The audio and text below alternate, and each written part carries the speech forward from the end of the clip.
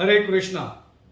आज हम बात करने लगे हैं जिन नर्सेस को, जो इंडिया में नर्स हैं या आप अपनी किसी भी कंट्री में नर्स हैं, चाहे आप मिडिल ईस्ट में हैं या यूरोप में हैं या एशिया में हैं, और आपको यूके में एज अ रजिस्टर्ड नर्स जाना है, तो उसका एंट्री क्राइटेरिया क्या है, उसकी एलिजिबिलिटी क्या है, आप ऐसा अपनी कंट्री में क्या करें जिससे कि यूके की गवर्नमेंट आपको एज अ रजिस्टर्ड नर्स लेने के लिए रेडी हो जाए। तो वो जो एंट्री क्राइटेरिया हैं, आज हम वो सारे के सारे समझते हैं। पहला क्राइटेरिया ये है कि आपको अपनी कंट्री में मिनिमम 3 साल का नर्सिंग का प्रोग्राम करना चाहिए। 3 साल क्यों बोला मिनिमम? अगर आप इंडिया से यूके में कोई नर्सिंग कोर्स में जाते हो तो यूके में जो नर्सिंग कोर्स होता है वो होता है 3 साल का। तो अगर आप अपनी कंट्री में 3 साल का नर्सिंग कोर्स कर लेते हो, that is equivalent to a UK education. तो अगर मैं स्पेसिफिकली इंडिया की बात बोलूं तो इंडिया के अंदर एक होता है जीएनएम होता है 3 साल का, that is equivalent to a UK nursing program. BSc nursing होता है 4 साल का, जो कि 3 और मोर हो गया, दैट इज ऑल्सो इक्विवेलेंट और more than a value for your nursing program in UK. तो पहला क्राइटेरिया हुआ कि आपके पास 3 साल या उससे ज्यादा का नर्सिंग डिग्री, डिप्लोमा कुछ होना चाहिए। तो इंडिया में या तो जीएनएम या बीएससी नर्सिंग, ये दो ही चलेंगे, पहली चीज। अब जब दूसरे में हमने क्या करना है, हमने यूके में 2 अलग अलग जगह पर अपना काम करना होता है। एक करना होता है हमें NMC, which is the UK का नर्सिंग मिडवाइफरी काउंसिल है, और एक है आपका एनएचएस जो कि नेशनल हेल्थ सर्विस है। एनएचएस है government funded employer, largest biggest employer जो कि पब्लिक फंडेड है, जिसपे जाकर आपने जॉब करनी है। लेकिन आपको वहां पर एक रजिस्टर्ड नर्स होना है, तो आपकी जो यूके में रजिस्ट्रेशन होनी है वो होनी है एनएमसी के अंदर। तो एनएमसी क्या था? आपका नर्सिंग मिडवाइफरी काउंसिल। तो अब इन दोनों के क्राइटेरिया को हम समझ के आगे चलेंगे। पहला चीज, आपके जो पहली चीज है वो ये है कि नर्सिंग करने के बाद नर्सिंग काउंसिल में अपने आप को रजिस्टर करो, और करने के बाद एटलीस्ट आपके पास 6 महीने का वर्क एक्सपीरियंस होना चाहिए। अब इसमें कई बच्चे हमसे ये पूछ रहे हैं कि सर मैं तो बिल्कुल फ्रेश नर्स बना हूं और मैंने अभी अभी नर्सिंग काउंसिल में करा है रजिस्टर, तो क्या मैं एप्लीकेबल हूं? तो अब इसका आंसर समझिएगा ध्यान से। बाय लॉ नहीं, आप एप्लीकेबल नहीं हैं, क्योंकि 6 महीने का एक्सपीरियंस चाहिए होता है। लेकिन logically yes you are eligible. वो कैसे? आप जब अपना प्रोसेस आज शुरू करोगे तो प्रोसेस करते हुए 6 महीने हो जाते हैं, तो आपका 6 महीने का एक्सपीरियंस काउंट हो जाएगा। अगर आप बिल्कुल फ्रेशर हो तब भी आपका एक्सपीरियंस काउंट हो जाएगा 6 महीने का। तो इसका मतलब कि fresher can also apply for this job. 1 second, जब आपने काउंसिल में रजिस्टर कर लिया नर्सिंग काउंसिल में, उसके बाद आपको करना है आईएल्स का या ओईटी का एग्जाम। आईईएलटीएस या ओईटी, ये 2 एग्जाम्स में से कोई भी एक एग्जाम आपको क्लियर करना है। ये क्या है? ये आपका इंग्लिश प्रोफिशिएंसी टेस्ट है, क्योंकि आप एक इंग्लिश कंट्री में जा रहे हो और आप पाकिस्तान से हो, श्रीलंका से हो, बांग्लादेश से हो, इंडिया से हो, मिडिल ईस्ट से हो, यूरोप से हो, आपकी अपनी अलग लैंग्वेज है।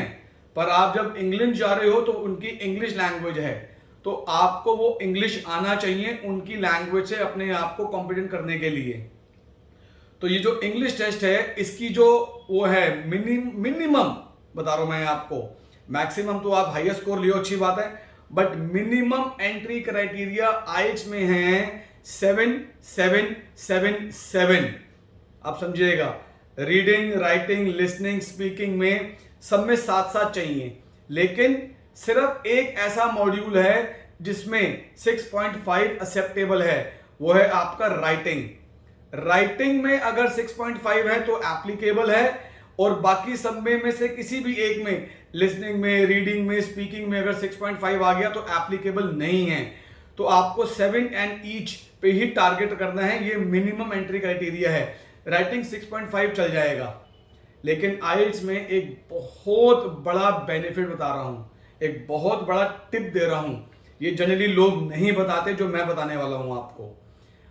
ऐसा भी एक शेड्यूल है, प्रोग्राम है, एक सिस्टम है कि आपके आइल्स के 2 रिजल्ट को भी हम कंबाइन कर एप्लीकेशन लगा सकते हैं आपके।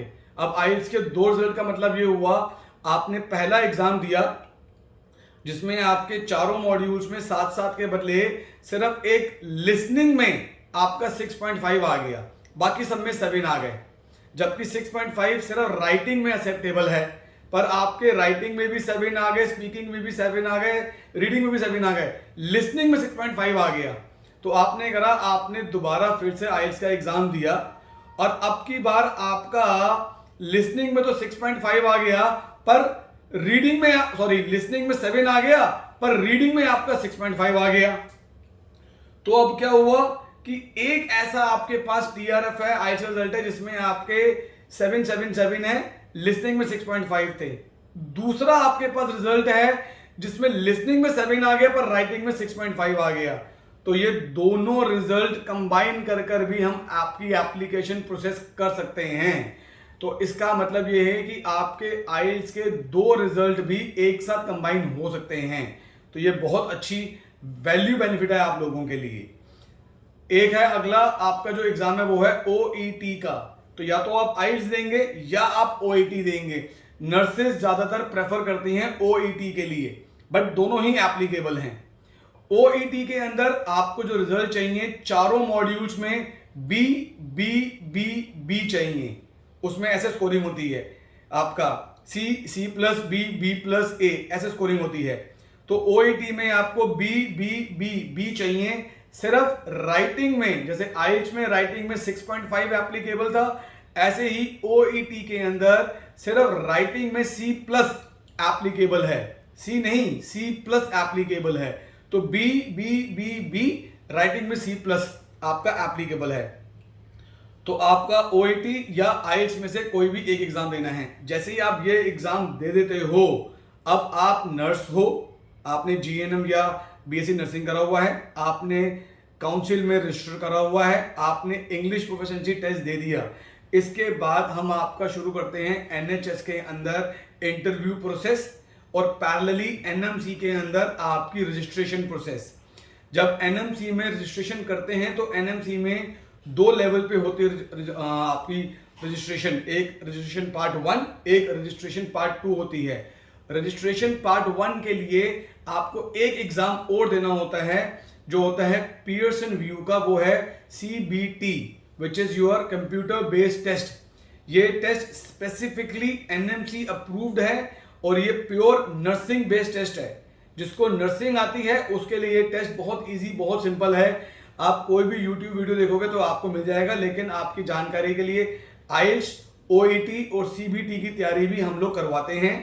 जैसे आइल्स के टेस्ट सेंटर्स हैं, ऐसे ही सीबीटी के भी टेस्ट सेंटर्स हैं हर तरफ।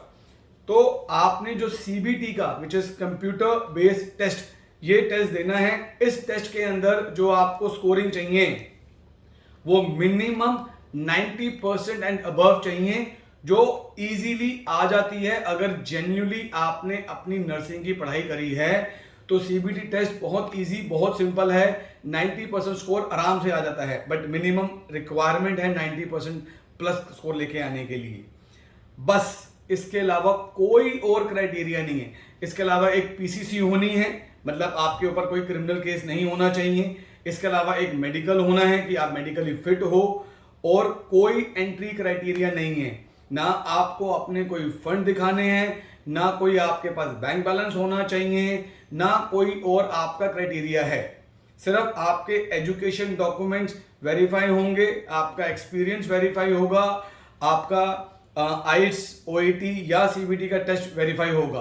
This is the only criteria. आप देखें कितना इजी, कितना सिंपल प्रोसेस है यूके का एंट्री क्राइटेरिया। अगर आप नर्स हो तो बहुत सिंपली आप UK as a registered nurse जा सकते हो। हमारी कंपनी वीमार्स आपको A to Z कंसल्टेशन देती है। आपको पहले एक बार सिर्फ नर्सिंग करने के बाद आइल्स, ओईटी पढ़ना है वो भी हम पढ़ाएंगे, सीबीटी पढ़ना है वो भी हम पढ़ाएंगे, NHS के अंदर आपके इंटरव्यू शेड्यूल करने हैं वो भी हम करवाएंगे, NMC के अंदर आपकी रजिस्ट्रेशन करवानी है वो भी हम करवाएंगे, आपका ऑफर लेटर भी हम मंगवाएंगे, आपका वहां से डॉक्यूमेंट सारे के सारे हम मंगवाएंगे, वीजा फाइलिंग आपकी हम करवाएंगे, ट्रैवल टिकट हम करवाएंगे, और ये हर एक चीज आपकी स्पॉन्सर्ड होती है। हर चीज, आपको कोई खर्चा भी नहीं करना किसी भी चीज का, हर चीज स्पॉन्सर्ड होती है। इसकी पूरा डिटेल जानकारी के लिए नीचे हमारे डिस्क्रिप्शन में नंबर दिया हुआ है, कॉल करें, हमारे ऑफिस आए, बात करें, we will guide you each and every step in detail. हमारे ऑफिस काफी सारी जगहों पर है, हेड ऑफिस हमारा नोएडा में है, आए विजिट करें, मिले हमारे साथ। मैं Aman Shukla, I am the CEO of the company. Thank you so much. Hare Krishna.